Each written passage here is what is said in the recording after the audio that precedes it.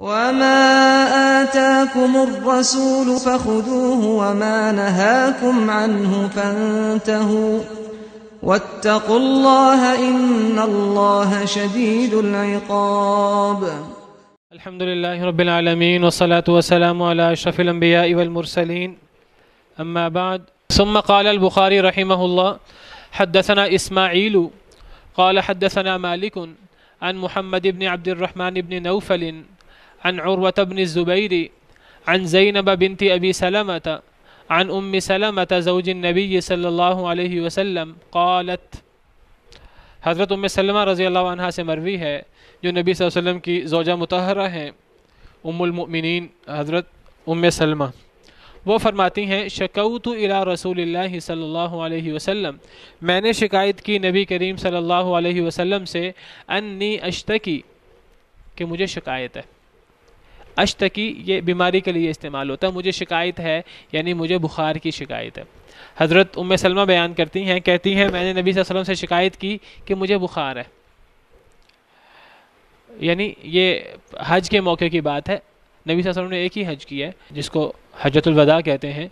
10 ہجری میں، تو اس حج کے زمانے کی بات ہے۔ حضرت ام سلمہ کہتی ہیں میں نے نبی صلی اللہ علیہ وسلم سے شکایت کی کہ میں بیمار ہوں، فقال، تو آپ نے فرمایا طوفی من وراء الناس وانت راکبہ، اگر تم بیمار ہو تو پھر تم طواف کر لو لوگوں کے پیچھے سے، وانت راکبہ، سواری پر سوار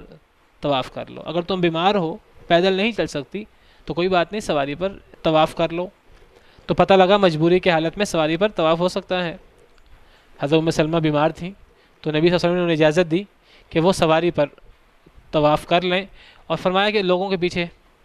جو ہے سواری پر طواف کر لو۔ فطفت، تو ام سلمہ فرماتی ہیں میں نے طواف کیا، ورسول اللہ صلی اللہ علیہ وسلم حینئذ یصلی الی جنب البیت، اور نبی صلی اللہ علیہ وسلم اس وقت نماز پڑھ رہے تھے بیت اللہ کے پہلو میں، وہو یقرأ والطور وکتاب مسطور، اور نبی صلی اللہ علیہ وسلم سورۃ طور کی تلاوت فرما رہے تھے۔ اور یہ بالضبط کب کی بات ہے؟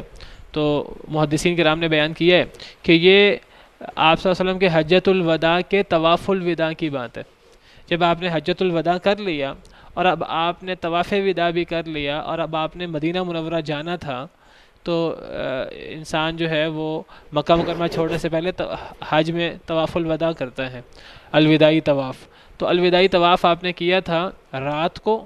اور الوداعی طواف کرتے کرتے صبح ہو گئی تھی، تو یہ نبی صلی اللہ علیہ وسلم فجر کی نماز پڑھا رہے تھے صحابہ کرام کو، اور آپ بیت اللہ کے پہلو میں کھڑے تھے، آپ امامت کروا رہے تھے، اور یہ فجر کی نماز تھی۔ محدثین کرام نے دیگر روایات میں واضح کیا،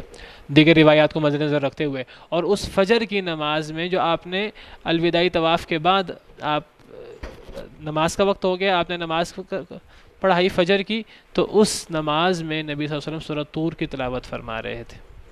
تو حضرت ام سلمہ پیچھے اپنا طواف فرما رہی تھی، ان کا طواف رہ گیا تھا جو الوداعی طواف ہے، تو آپ صلی اللہ علیہ وسلم نے انہیں اجازت دی کہ وہ سواری پر طواف کر لیں۔ تو اب لوگ موجود تھے، حضرت ام سلمہ طواف کر رہی تھیں۔ اس حدیث سے بھی استدلال ہوا،